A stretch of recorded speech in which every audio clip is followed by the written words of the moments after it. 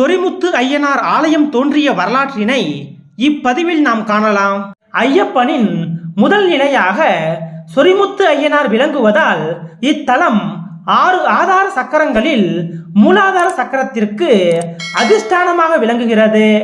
இத்தலத்தில் அகஸ்திய முனிவர் வழிபட்டிருக்கிறார்.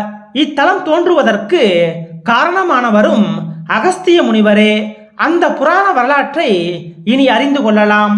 இமயமலையில் பரமேஸ்வரனுக்கும் பார்வதி தேவிக்கும் திருக்கல்யாணம் நடந்தது. இந்த தெய்வீக காட்சியை காண்பதற்காக தேவர்கள், முனிவர்கள் என அனைவரும் வடதிசை நோக்கி பயணித்தனர். இதனால் வடதிசை தாழ்ந்து தென் திசை உயர்ந்தது.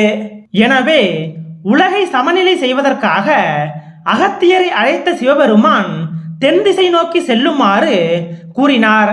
இறைவனின் ஆணைப்படி அகத்தியரும் தென் திசை நோக்கி பயணித்து பொதிகை மலையை வந்தடைந்தார்.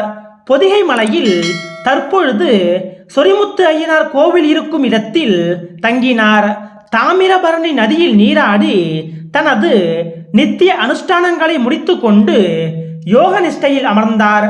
அப்பொழுது ஜோதி ஒன்று தோன்ற அதை கண்டு அதிசயித்த அகத்தியர் அந்த ஜோதியை யார் என்று அறிந்து கொள்ள ஞான திருஷ்டியில் பார்த்தார்.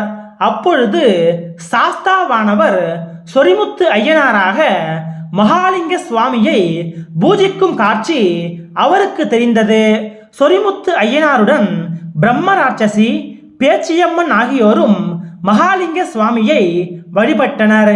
இது கண்டு அகத்திய முனிவர் ஆனந்தமடைந்தார்.